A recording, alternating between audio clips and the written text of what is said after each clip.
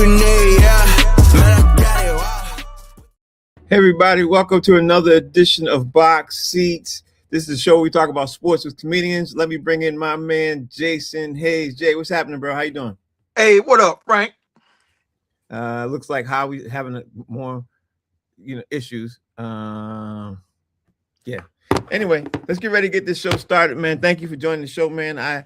I greatly appreciate it. We got a lot of stuff to cover while we wait for the guys to come in. The show with comedians, and the comedians are always late. That's how it be, right? Right, Jay? That's how it be. Yep, let's go. All right, so you know how I like to dive in and get stories that everybody else ain't talking about. So we got to do this first, man. So the first thing is I don't know if you even heard about this, but there was a professional cornhole player who's also a quadruple amputee. He fatally shot a passenger in the front seat of a car he was driving, which I don't know how you do that with no arms and legs, but he was driving his car and he had an argument. His name is Dayton James Weber. He's 27. He was arrested and charged because he also, once he did the crime, he became a fugitive of justice. The police were looking for him in Virginia, and he escaped for a couple of days, it looks like. According to his parents, the doctors had amputated his arms and legs when he was 10 months old, and he had contracted a blood infection called sepsis, and he went on becoming a professional cornhole player. A game in which you throw bean bags in a hole and slanted wooden board, that game. And he became really, really good at that. But now he's leading a lot of people, to wonder, like, why would he? Because he had this crazy thing about it. ESPN did a special on him because he was one of the best cornhole players in the world, not just the country, in the world. You know what I mean? It had no arms and legs. They did this special not even 3 years ago, and now this is where we are. This is where we are, Jay. What's your take on this, Jay? My first take was, what's up with all these tinks out here killing people? Remember that Cat Williams joke? Tink. Yeah, that's why I laughed. Yeah. Bro, okay, so I heard about this, I think yesterday, because my wife came across a story, and the headline that she read said quadriplegic. Right. So when I hear quadriplegic, I'm thinking wheelchair person, and their body doesn't work, from like the neck down. That's what I heard about quadriplegic. And then it said shot somebody. I'm like, how's a quadriplegic shoot somebody? Yeah. I mean, do they have like a special contraption for their mouth on their wheelchair or something like that? And I was like, all right. So when she showed the picture, I said, okay, no arms, no legs kind of thing. But still, bro, like how are you doing this? Like, how do you rig your gun to work when you ain't got no fingers to pull the triggers? I mean, hey, Jay, that's not even the question. If somebody is pulling a gun on me and they ain't got no arms or legs, how you not fast enough to move out the way? That's what I'm just like I ain't trying to be mean. Pull his arm off. just snatch the arm off. He's holding the gun. Yeah, like how you not fast enough to move out the way? That, you know what I mean? Like I was blown away at this, man. Like, how you stand there and wait for somebody to pull the trigger, or That's wild, bro. Yeah, that's like, come on, man. I don't know, Jay. I just had a lot of thoughts about that. I wanted to run that by you, and the rest of the guys when the guys come on and just see how what they were thinking, because it's a crazy story to me. You know what I mean? It's crazy. No, it's a wild story, man. I mean, but it also just goes to like how truly rampant the gun culture is here. Right. But if a person's gonna figure out, if an armless, legless person is gonna figure out how to use a gun, it's probably gonna be a person who's figured out how to toss bean bags accurately with no arms and hands. Right. You know what I'm saying? Like, he's had to figure out how to manage his life in a multitude of ways at this point. And man, I mean, listen, clearly dude got anger issues, bro. I mean, hell, he got arms and legs. I mean, I might be angry too. Yeah, I'm not even mad. Quick side note, Jay, while I'm doing this, can you text Howie the thing when I pull up that next story? All right, so while you're doing that, man, let me just pull up the next story, which I thought was very interesting too, because again, it's something that you don't see normally. A lawsuit was filed today in Pennsylvania court accusing FanDuel and DraftKings of using data supplied by the NFL to offer known addictive product, as well as VIP hosts, and encourage certain people, especially these two plaintiffs, to keep betting, eventually leading to gambling disorders and financial losses. The NFL and its data partner, Genius Sports, are named defendants in the lawsuit, in addition to FanDuel, DraftKings, and the sportsbook employees who were signed as VIP hosts to plaintiffs Christopher Sage and Terry Thompson. So when these two gentlemen had an addiction, they basically said, we want to file a lawsuit because it's not our fault, it's their fault. You know what I mean? And I thought this was hilarious because, like, you're blaming somebody who's just putting out the content, and now you're saying to us that they at fault. You can't control yourself, so they at fault. That's what we talk about, Jay. That's what we doing. This is what the whites do. Okay, like I ain't even have to you ain't listen. I don't even have to see a picture to know that somebody white did this, because if you don't save them from themselves, then you're responsible for not stopping them from harming themselves. Like, that's very, very true in all walks of life. I mean, think about the opioid crisis. Now, granted, they're very addictive, but so is crack. Okay? And when black and brown people, were addicted to crack and losing houses and murdering all this stuff, it was on us to be responsible not to smoke crack in the first place. Right? That's what I heard my whole life. So then the opioid crisis breaks out. They get addicted to pills. And instead of, the onus been on them to stop taking the pills, they blame the manufacturer for making too many pills for them to take. Right? So now here we are again. They are addicted to gambling. How dare you make gambling so accessible to me to that I can't stop myself from gambling? You should have stopped me from gambling.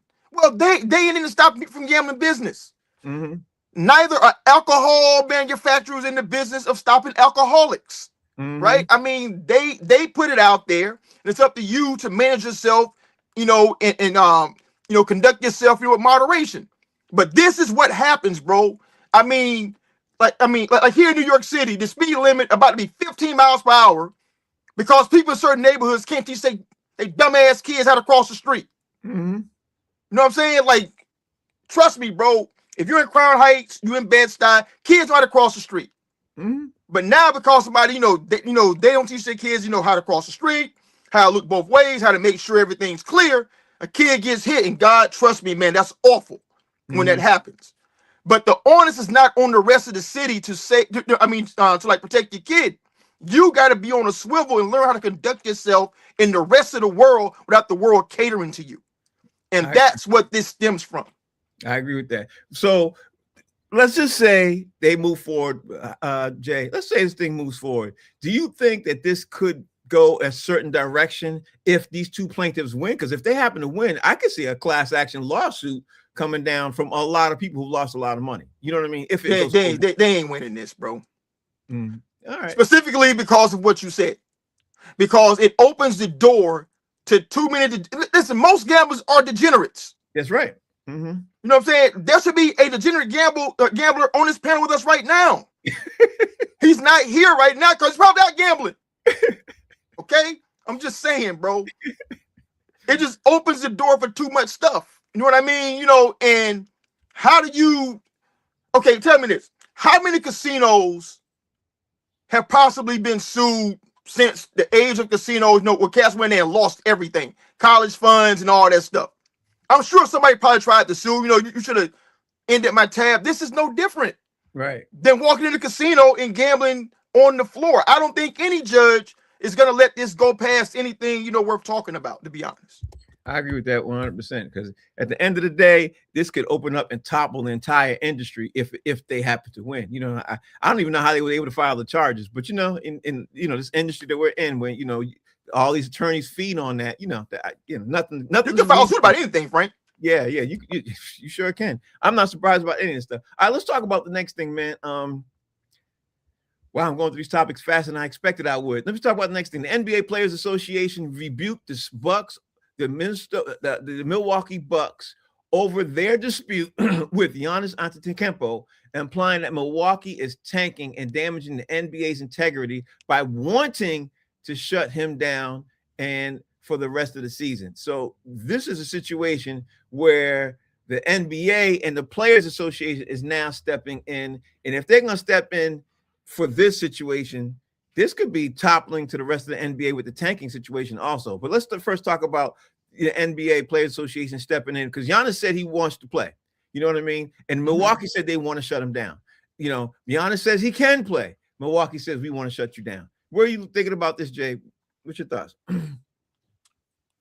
I would say, where do the doctors fall on this? Like reputable doctors. Right. Because can play is a nebulous term, right? I mean, you know, because can play and should play are two different things. Yeah, most definitely. You know what I mean? So if he can play, you know, because he's not hurting as bad as he was, you know, or he can play a little bit longer than he could, then to me, that doesn't make any sense for him to go and play, especially for a team that's playing for nothing. And I don't know why Giannis is trying to force this issue to be out there to go play for nothing.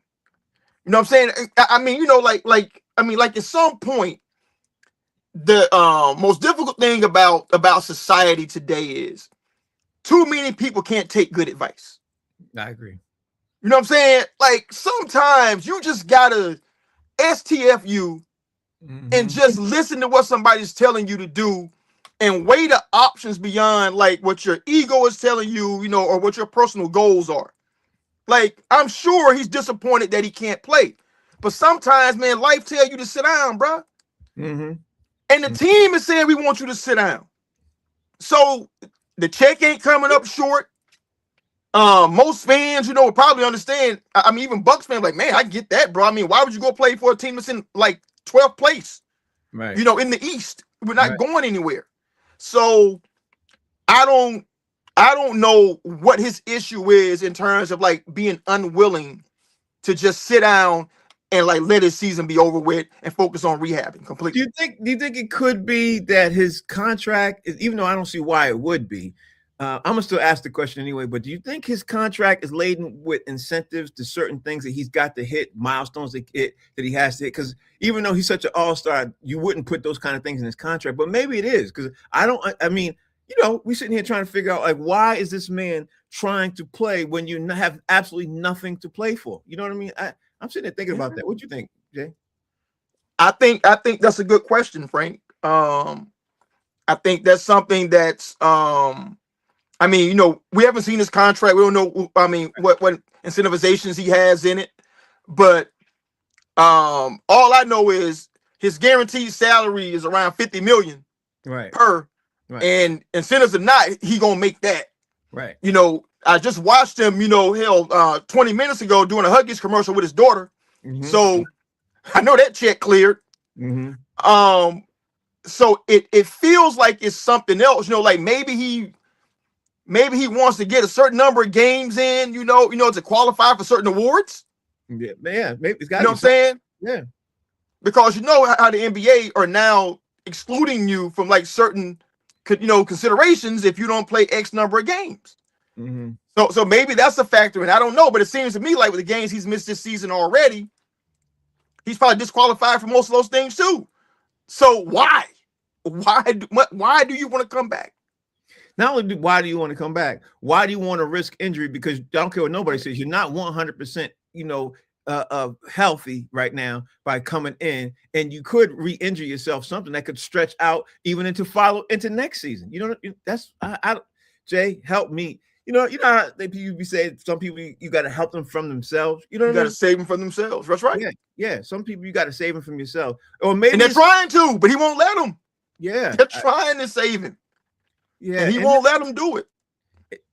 I don't know, Jay. I'm sitting here looking at this, man. I've read 4 or 5 different stories on this, and then I'm sitting here thinking maybe he might be doing this for the NFL Players Association. Maybe he's doing it as a proponent for that. Is that? I mean, you know more about this law stuff than I do. You think that's a possibility? I don't know. I mean, you know, as a filmmaker, man, I deal with contracts, so without being privy to, to the language of the contract, I don't know. Excuse me. I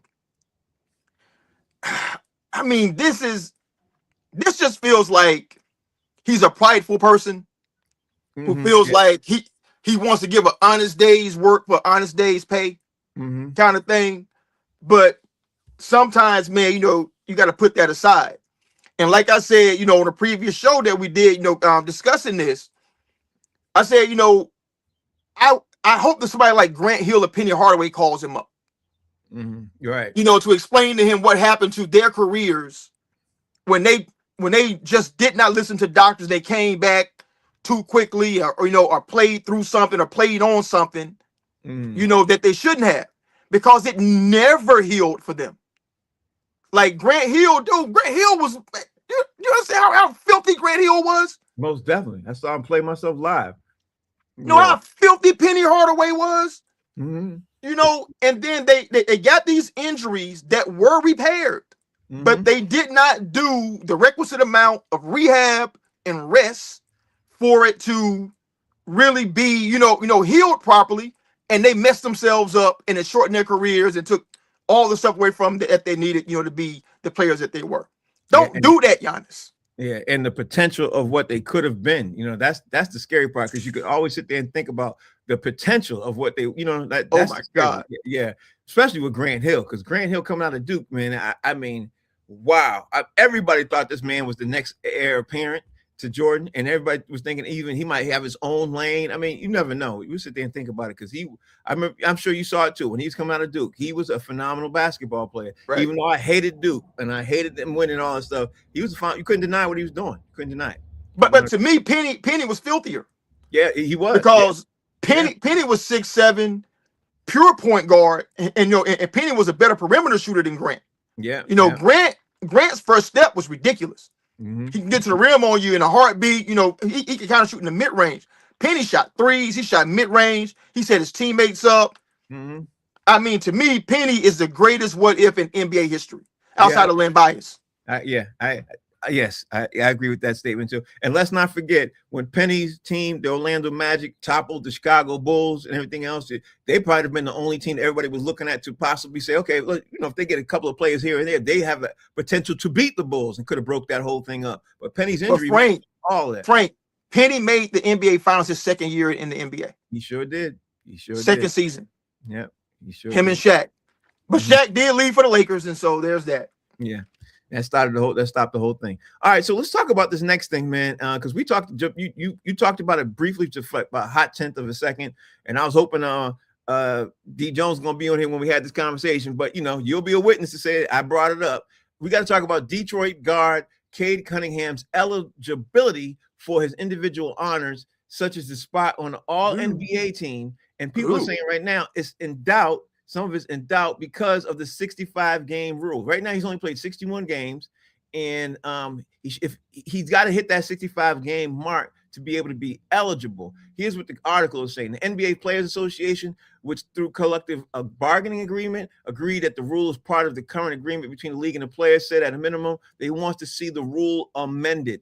This is the statement they put out. Cade Cunningham's potential ineligibility and postseason awards after a career-defining season is a clear indictment of the 65-game rule, and yet another example of why it must be abolished or reformed to create an exception for significant injuries, unquote.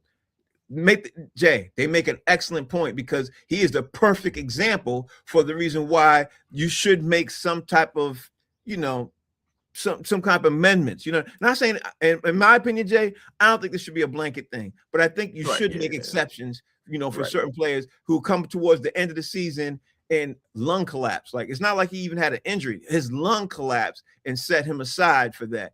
Jay, where are you at with this? Do you think the NBA should make an exception for the rule for a player like Cade Cunningham? Because this dude is putting up phenomenal numbers, man. And he literally is definitely in the NBA conversation and the NBA MVP conversation. Right. Frank, I mean, you know me long enough to know that I'm not a person for any hard, fast rules. Right. Because to make a hard, fast rule, you are saying that we've considered every possibility and it must be this or nothing, because we've considered everything else. And so anything that can happen is covered by this. Right. So we all know that that's impossible and that can't happen. But like I told you last week, when we first heard about the lung collapse, I suspect that a doctor did this. Right. Right. You know what I'm saying? I think that this happened to him, getting a medical procedure, getting some kind of injection, and they collapse his lung. Now, people, I have no proof of this. Okay. I'm just saying nobody heard anything about a car accident, pneumonia, a bad fall in practice, a bad fall in the game. Lungs just don't collapse. Right. In the last 2 times that we heard about athletes with lung collapses, that being Tyrod Taylor and that being TJ Watt, the doctor did it trying to give them a pain injection. So if he is missing games because of a medical thing beyond what he had anything to do with, then that has to be something where you got to say, all right, that's on us. Yeah. Not only is it on us, Jay, they need to be able to file a petition as an exemption, or maybe that's not the right word, or maybe something to say that this man should be able to get it because we made the mistake and it wasn't on him. You know what I mean? Maybe something along the lines of that. Maybe that should be. But Jay, that opens up the door too. Is if the doctor did do that, is the doctor liable? Open up the door for a lawsuit? Is the doctor liable for possibly getting fired? I mean, these NBA doctors are not first year, spring chickens either. You know what I mean, Jay? Right. Well, I mean, unfortunately, because that's what they agreed to, and those are the terms of which the league operates, he's probably gonna not be eligible because they're probably gonna have to honor whatever the agreement is, because that's what it is right now, rather than open Pandora's box. Right. In this instance, without any offsetting language or any exceptions, to the rule. Well, I'll leave that door open to you because obviously you have more expertise in it myself. Last question on this, and this is what I've been debating certain things on this. If they don't make the change, will this be one of the biggest travesties in the NBA history of a person who was up for the MVP? Dude, to me, he should be the MVP this season. I mean, people are hyping Luka and all this stuff, and I get it, man. I mean, if you like scoring and he's doing it for the Lakers, in a high-profile situation. But like I told you last week, I don't feel like any one-way player should ever be MVP of the league. And Luka's a one-way player. I mean, he only scores, he cannot defend, and I don't want to hear about that. Cade is great on both ends of the thing, and he took the Pistons, bro. Dude, the Pistons were trash 3 years ago. Yep.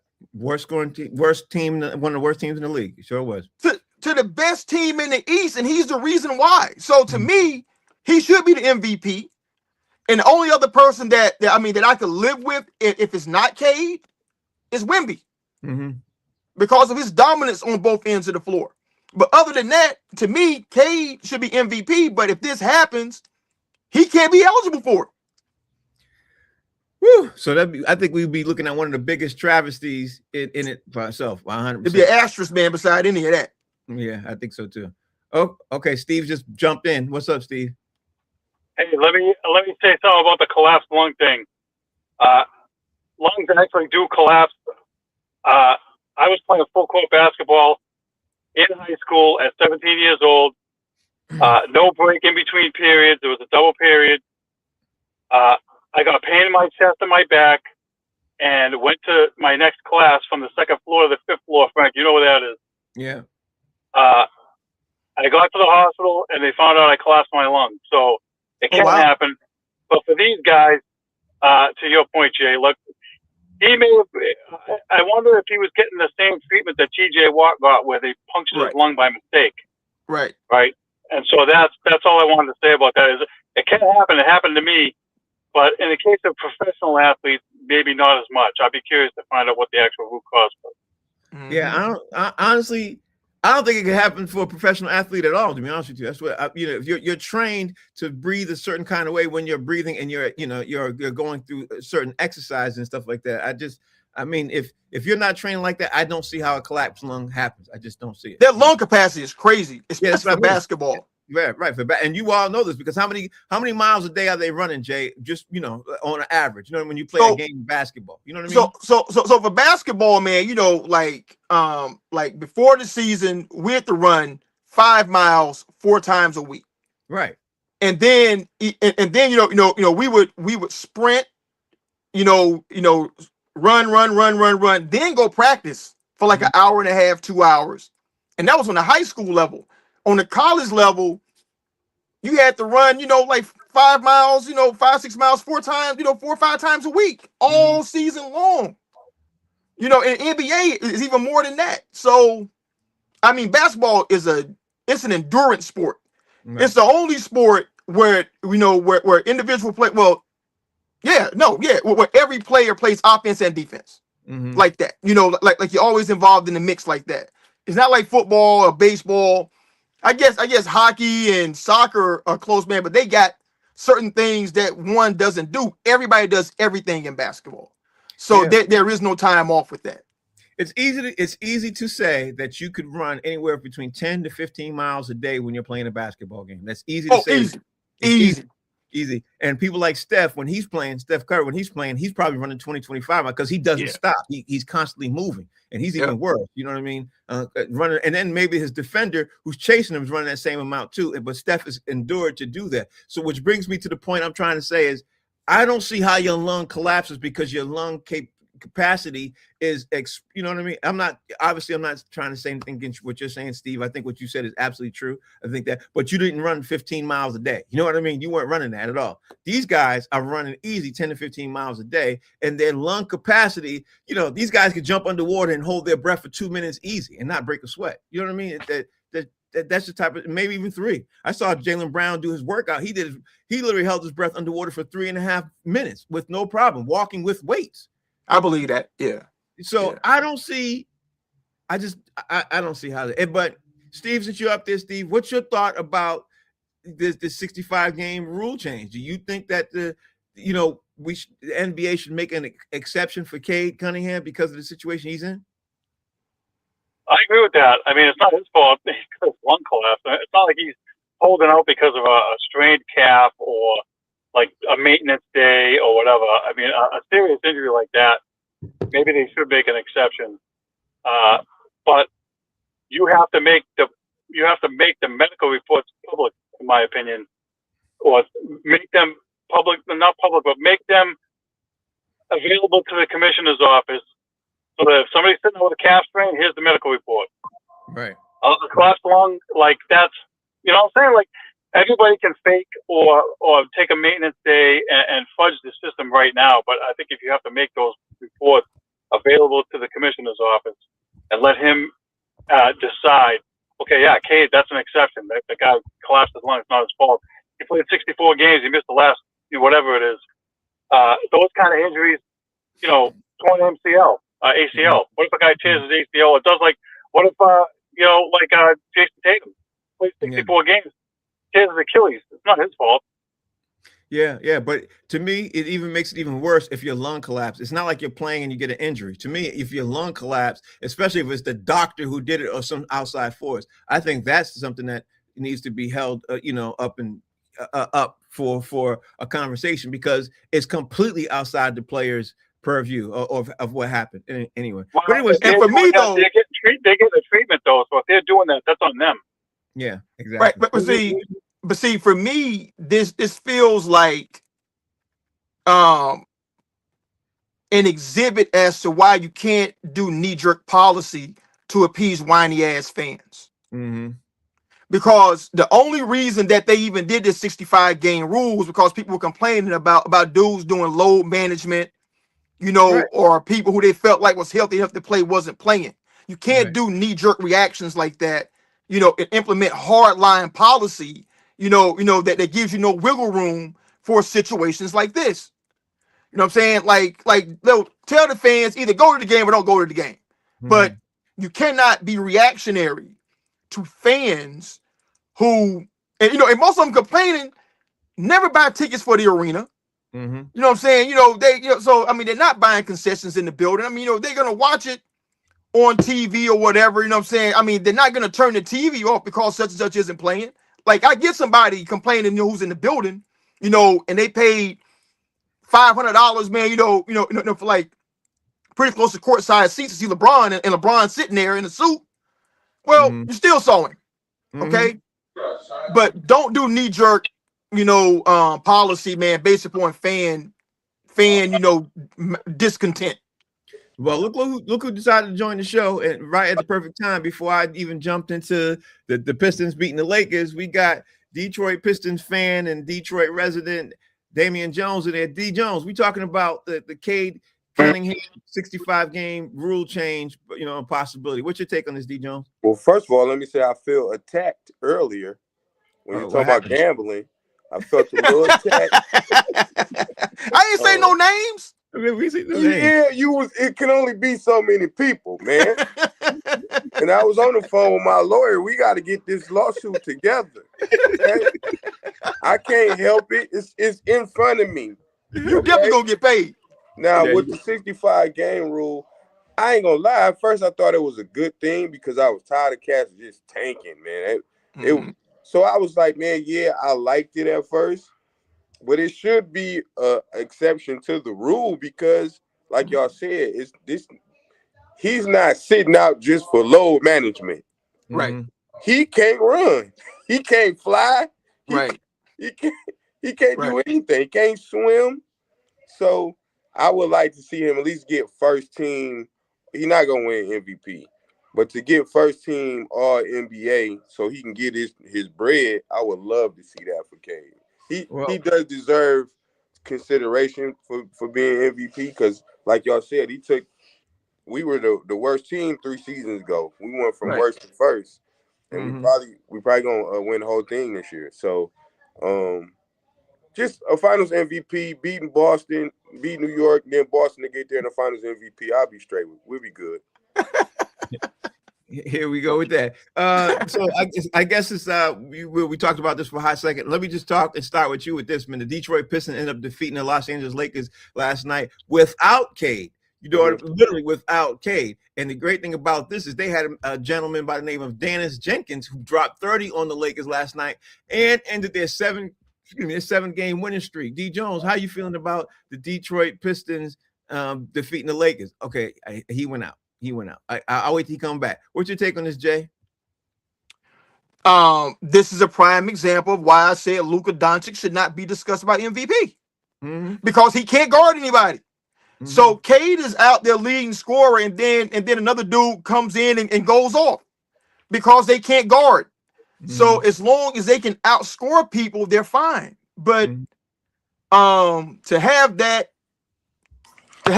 like a dude like Luka who everybody knows he doesn't stop anybody. Talk about he's the front runner. I mean, it's just ridiculous to me. I think so too. D Jones, what's your take on that, bro? Man, first of all, they almost gave me a heart attack last night. We was up 16, but I knew you got LeBron, you got Luka, they was gonna come back.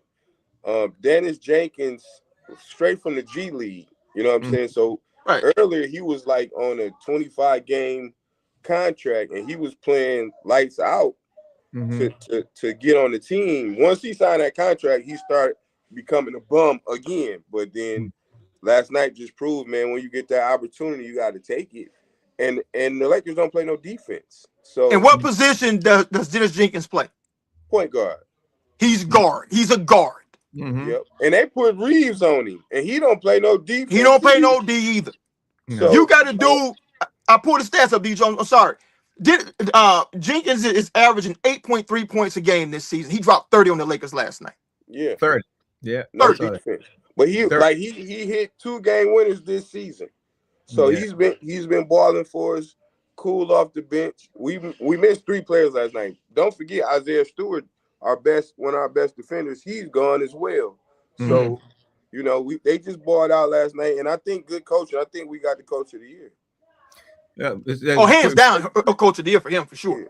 Yeah, it's a good possibility. What's your take on this, Steve? Where you at with the Pistons defeating the Lakers and snapping a 7-game winning streak? So first of all, 9 games. 9 games. I'm sorry. Yeah. I didn't see the game last night because I was at wrestling at TD Garden, so I can't speak to the game itself. But Detroit has had some spurts where they've missed multiple guys and still won. So I agree with what D. Jones said. The coach is doing a phenomenal job. And sometimes when players get their opportunities, they take advantage. And you can look at the Celtics too without Jason Tatum, the season that they're having. I just think that sometimes guys can pick up with their opportunity when they get it, and the coaching staff's done a good job. So Detroit, listen, this is not the first time they've missed top guys in their lineup and still won games. So kudos to them. I just got a text. Actually, I just got a text saying the NFL is to consider rule proposals in case of referee work stoppage amid tense collective bargaining negotiations. It looks like that there's a possibility of stopping some of the games or slowing some of the games down. We're gonna definitely dive into more of this tomorrow after I read a couple of these news articles. Right. But Frank, one more thing before we move off of this. Okay. I just pulled the stats up from last night, with the Pistons Lakers. Luka, you're going to see he scored 32 points, right? And people are going to focus on 32 points. But he got 32 points on 29 shots. He was 11 of 29. Meanwhile, the dude he was guarding, Jenkins, got 30 points, 2 points less than him, and he got his on 11 of 18 shooting. Wow. Okay? Wow. That makes your case. That makes your case right there. You'd win a court argument with that right then and there. But Jay, your man didn't score in the first half either. That was kind of huge. Yeah, but I ain't talking about not him. To put up a point in the first half. Yeah, but I mean, listen, that other dude that other dude got to ice his elbow after every game. Yeah, because you're right. He putting that thing up, man. You're right. Yes. And this is for you, D Jones. This for you, D Jones. I'm gonna let you go first. The Celtics lost to the Minnesota Timberwolves night before last without Ant, and they are now a half a game above New York Knicks as everybody's fighting for that second seed. D Jones, I know you love this part because now, obviously a loss, is a loss for the Celtics and they're not up on the Detroit Pistons behind because people were concerned about the Celtics, obviously infringing on that number one seed. There's only 15 games left? What's your take on this, D Jones? I mean, I was shocked because they ain't had Anthony Edwards. So I thought y'all would kind of dog walk Minnesota, but Minnesota's been playing pretty good basketball. Yeah. I think we play them twice in the next week. And so we got Atlanta, we got Minnesota, we got some hot teams coming up. So it's not it might come down to the last 2 or 3 games, man, but any loss y'all get and win we get is very, very good for us to maintain this first place because I want to see the Pistons have home field advantage through the playoffs, man. That we haven't had that in 20 years, you know what I'm saying? So I think if we had New York last year at home, we would have won. Yeah, that's a good possibility. People, I'll say this too. People are blaming the Celtics for overlooking this game and circling OKC because their next game is against OKC. You know what I mean? That's tonight, right? Yeah, it's tonight. So I think it's tonight. I'm gonna have Steve check that out. Yeah, because I know a degenerate gambler who checked it earlier. Yeah. I'm not saying no names of who it could be, but I rely on that degenerate gambler to tell me when the next game. It's definitely the next game. Yeah. You say when? Oh, he said it's tonight. Oh, okay. It's tonight. Yeah. But I think that could be a cause of overlooking one team and everything else. But still, a loss is a loss. Let me ask you, Jay, what's your take on the Celtics losing to Minnesota Timberwolves without Ant-Man? It just lets you know how tough it is to win in the NBA. If the best player isn't playing, that doesn't necessarily mean that the team's going to lose because, people don't know this. NBA players, they all are assigned roles. And because Ant takes the bulk of the shots and does the bulk of the scoring, doesn't mean that other people on that team aren't capable of scoring. That's not their role on the team. That's Ant's role. So if Ant gets removed, they got another legitimate dude who can fill it up, in most cases, then that's going to happen, but then a lot of times it's a letdown, by the other team, all Ant in there. So maybe they ain't as motivated to play. And then, you get smacked. Yeah, I gotta say, Jay, that everything you just said sounds exactly what I was saying to you when the Celtics lost Jason Tatum. Almost the same thing, because that's exactly what happened. Exactly what happened. Teams overlook you, and your best player ain't playing. They overlook you. Steve, what's your take on the Celtics losing to Minnesota the night before last? First of all, they're playing the Thunder tomorrow night, not tonight. Oh, okay. I The just looked. general game was wrong. Okay. That's all right. Just to make sure everybody doesn't go look for it later. You're not going to find it. Listen, I watched the majority of that game, and Frank, on our show, you know how I have to have the rant about them shooting the effing threes. Excuse my French. Yeah. But they were 9 for 33, 27%. Anytime they do that and they don't shoot 35, 38%, they're going to lose. And one of the things that frustrates me the most, and we've been over this 1,000 times over the last 3 years, is that they get the offensive rebound, they kick it out immediately, and the guy just jacks it up, and they miss. And they do a ton of that, and it really frustrates the hell out of me. I'm not saying that's the only reason they lost, but when the threes don't go in, they can't win. And you know something else, too? I've noticed for them over the last few years, since they won the title, they have having a hard time winning at home. Their road record is better than their home record. They need to rectify that. So well, the problem my takeaway is they shouldn't lose to a team that doesn't have their best player, but we just saw with Detroit without their best player. So, they need to win these games.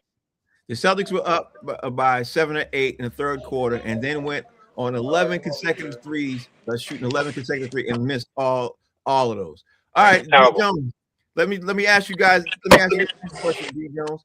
If we're talking about Victor Wembanyama literally said last night. Actually, before I even get to that story, let me talk about this Paul George story first. Paul George basically declined to get into specific of a failed drug test that landed him on 25-game suspension, but he says he is mentally and physically ready to help the Sixers. But he was saying that his issues on why he got the drug and he was taking the drugs and everything else, the issue was mental health. He literally came out, he did an apology to the team and everything else, and he's getting ready to play now in the last couple of games with the Sixers. I guess, D. Jones, are you tired of Paul George, letting down the Philadelphia 76ers? Because this ain't the first time he said mental health is an issue. What's your take, D. Jones? Well, soon the playoffs will be here, and we won't have to worry about Paul George. He don't show up in the playoffs anyway. I don't know if he's taking steroids to help his brain, but I mean, he's been injured a lot, and I can see somebody taking some stuff to try to get back to where they was.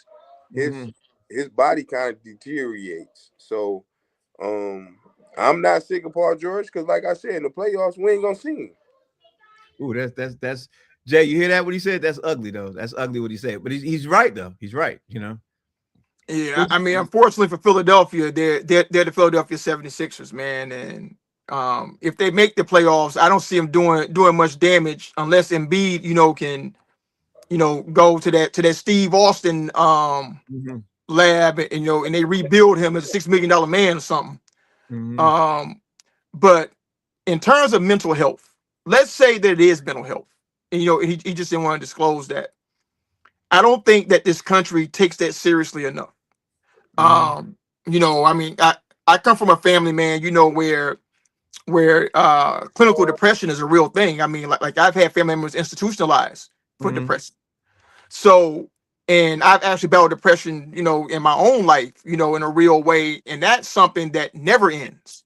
It's not like you break your leg and then once it heals up, it's back to normal. That's just not how mental health works. So, I'm sure the ups and downs of being an athlete, like D. Jones said, the injuries, I mean, that's taxing in and of itself. Social media, everybody bashing him, and these are big dudes, man. Paul George, I mean, he's like 6'10". I mean, this is a big guy, who's having a lot of injuries. He's later in his career, he's older. So maybe it could have been an accumulation of all those things that led him say, I got to take a break because I can't deal. And that's a really mature thing to do if that's what happened. Steve, what's your take? I agree with Jay. I think that now, more than ever, more needs to be paid attention to mental health. People are taking their own lives. They're using painkillers to cope.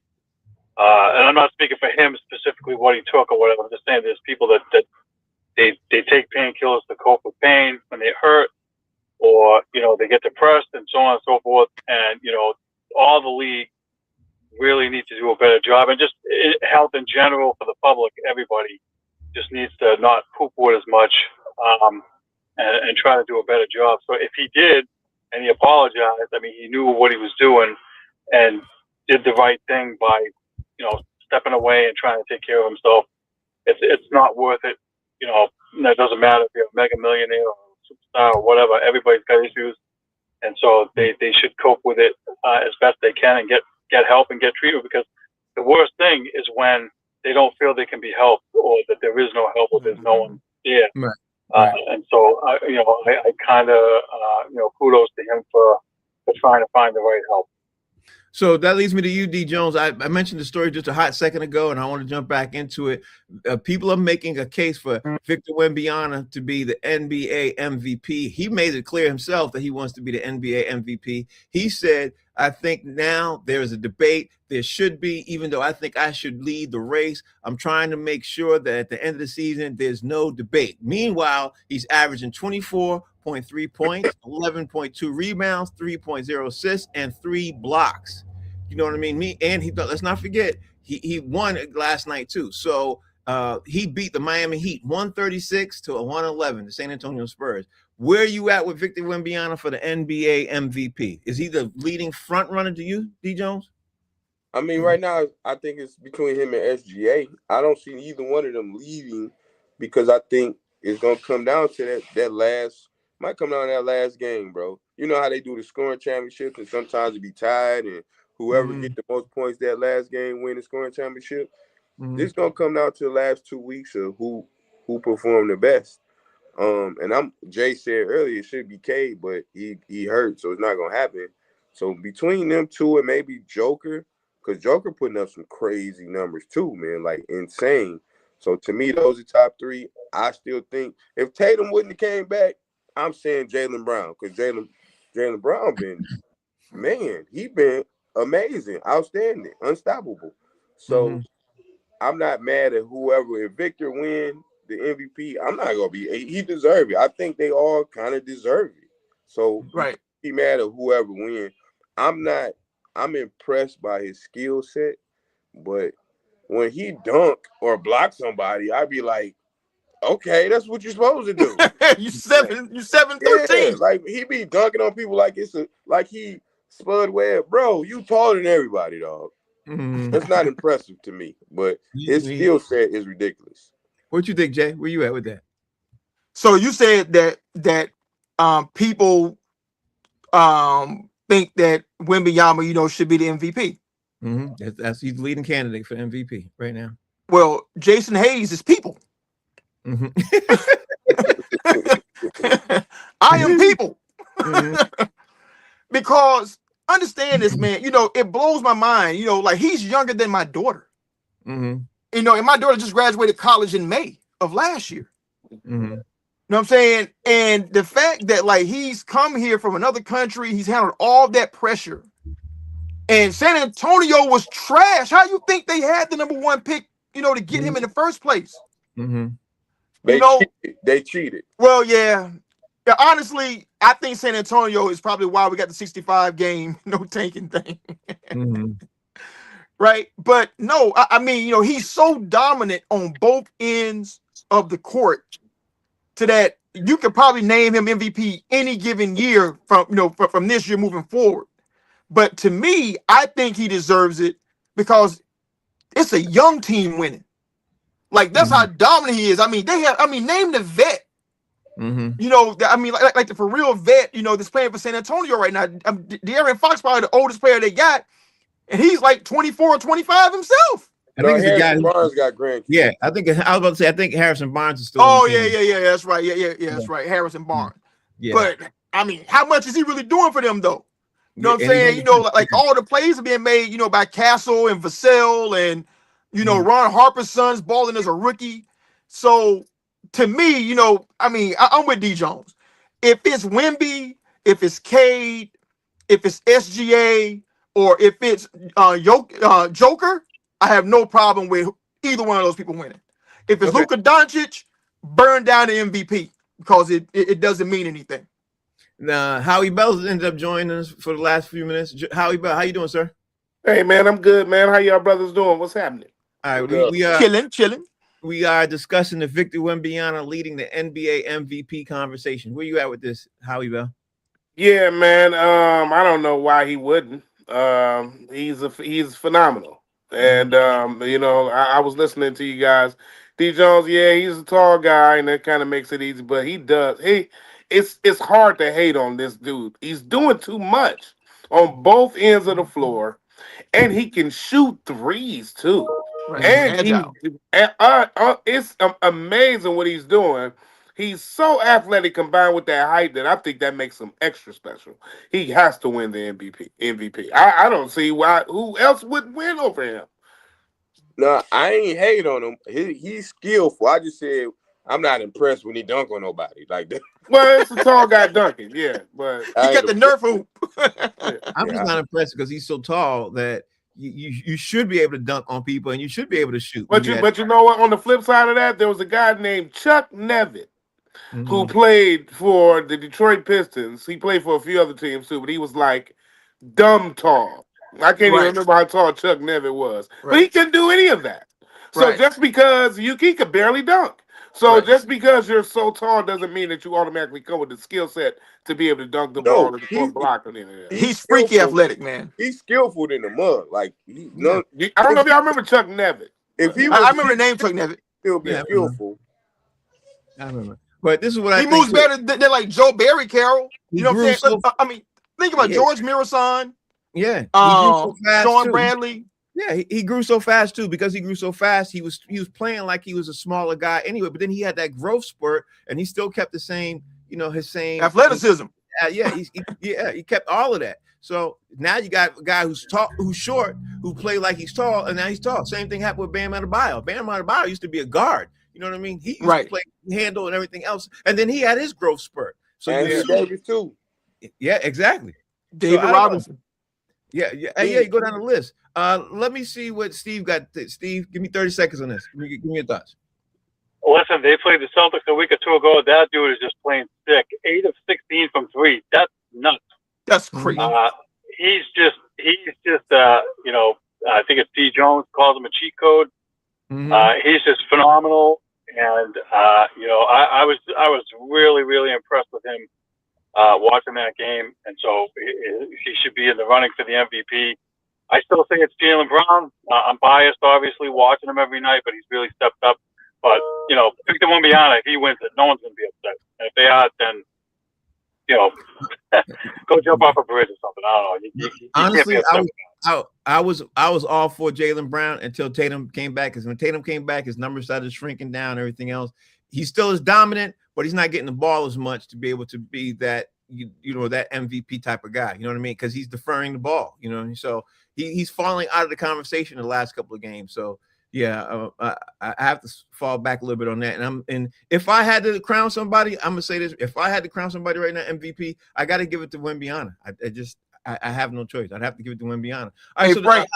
Yes. Hey, Frank. Somewhere in France, Victor Wembanyama's spaceship is hidden underground somewhere. You ain't lying. He ain't human, bro. You ain't lying. D Jones, you gonna go first, and then I'm gonna bring on Howie. Let me ask you this: if AJ Batista is drafted by the Indiana Pacers, right? And he joins Pascal Siakam with the Indiana Pacers. Is that tandem better than Jaylen Brown and Jason Tatum? You got 30 seconds. No. Okay. All right. He said it in less than 30 seconds. He said no, not better at all. Howie Bell, Jason Tatum, Jaylen Brown versus Pascal Siakam and AJ Batista. Which one do you like better? No, I still like Tatum and Brown right now. I mean, this guy's just coming out of college, so you know what I mean? I'm not going to give him that at all. Not even going to put him on that level. You know what I'm saying? So ask about Halliburton. Yeah. Halliburton's dope. He can't go left, man. He ain't in the conversation. Yeah, but the reason why I wanted to make this conversation up, Jay, and I'm sure Jay will understand my point is you got two wing players who both are long and lanky. They both are skilled. They both are tall. They both can go right or left. They both could. No one would be able to stop AJ Batista when he goes to the basket left or right and everything else. And honestly, he has better ball handling skill than Jaylen Brown. He really does. So I'm gonna ask you, Jay, same thing. If you had those two versus those other two, is it that much a difference? Is it the same? Who you like better right now? Right now, it's Tatum and Brown because they've proven it. Mm-hmm. But if I'm projecting, like down the road, if AJ is what we think he is, and I think that he is, then it's gonna be him and Siakam because Siakam's unguardable, bro. I mean, ain't nobody guarding that dude one-on-one. And if AJ can come in and do that too, then they're gonna be a real problem for people. And honestly, that's the way I look at it. I don't know how you look at it, Steve. You got 30 seconds. I don't know how you look at it, Steve. But at the end of the day, they could be literally the next coming of Jason Tatum and Jaylen Brown, except they might get a little bit better because Batista is a little taller. He's just as athletic. You know, it's all that. What you think? What you think, Steve? He would have to come in the same way as like a Wemby or somebody like that for them to uncrown Tatum and Brown. I mean, Tatum and Brown have been together for 7-8 years now. They've had a long playoff run. They've won a championship. I think you're talking probably 2 or 3 years from now before they could be better than them. That's where I'm at with it. Right. All right. So now, looking at the time, the show's getting ready to wrap this thing up. Howie Bell joined us late. Howie, tell me what you got going on, bro. What's going on in your world and where you at? I don't know. Obviously, I got no Wi-Fi. I don't know why I ain't getting no text messages or nothing. I don't know what Detroit. Yeah, I'm sitting here like, what is going on? I'm sending a million texts. But no, man, everything is good, man. I'm on my way to New York City. Hopefully everything is cool with TSA and ICE won't mess with me when I get to the airport. But you know, I gotta head there. You should be fine. You don't speak no Spanish. Shit, I ain't playing them kind of games. I'm carrying my passport. I don't care. I don't give a damn. It's not that bad here though. Yeah. Especially at JFK because everybody got their own individual building. So everybody got their own individual TSA. Well, I'm flying into LaGuardia. So yeah, hey, good luck there, Playboy. And then I'm out of LaGuardia to Chicago when I leave there. So we'll see what happens. All right, well, we wish you the best of luck there, Howie Bell. How can we follow you, bro? Howie Bizzell, HOWIEBIZZELL. We got the All Women Show. Come down 144 Bleecker Street this Saturday. There it is. D Jones, tell everybody out there how they can follow you, bro.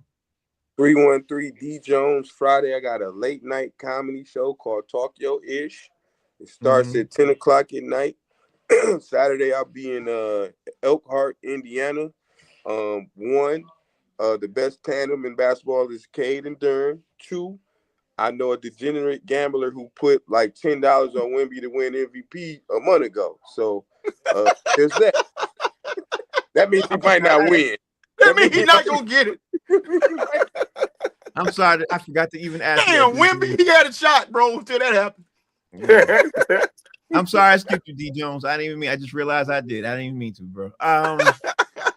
Jason, tell me, tell everybody out there how they can follow you, bro. Follow me at JD Hayes at Fanbase. So I guess I'm gonna be out here, trying to holler at Howard this weekend, for the show on Bleecker. Mm-hmm. Yeah. And I'll be praying for D Jones to make it back from Clanville down in Indiana. You got right about that one. You got right about that one. White Chocolate, tell everybody out there how they can follow you. Hey, follow me and Frank on Boston Straight Shooters on Facebook and YouTube. Name of the show is called Box Seats. We will be back tomorrow, Wednesday. We're going to be discussing more of these topics. We still didn't even hit some of these NFL because a lot of stuff dropped today about the NFL with some major signings. We didn't even get a chance to do that. And we didn't talk about this Max Crosby news that just dropped. So we got some of that to talk about. We got some more NFL news that dropped while we were doing this show. We're going to talk about that. A lot of that stuff we're going to talk about tomorrow. Name of the show is called Box Seats. Thank you all for watching. We'll see y'all tomorrow. Peace.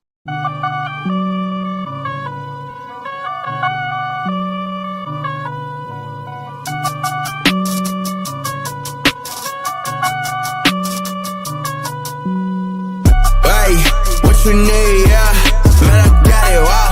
What you say, hey, we about it, Thanks, guys.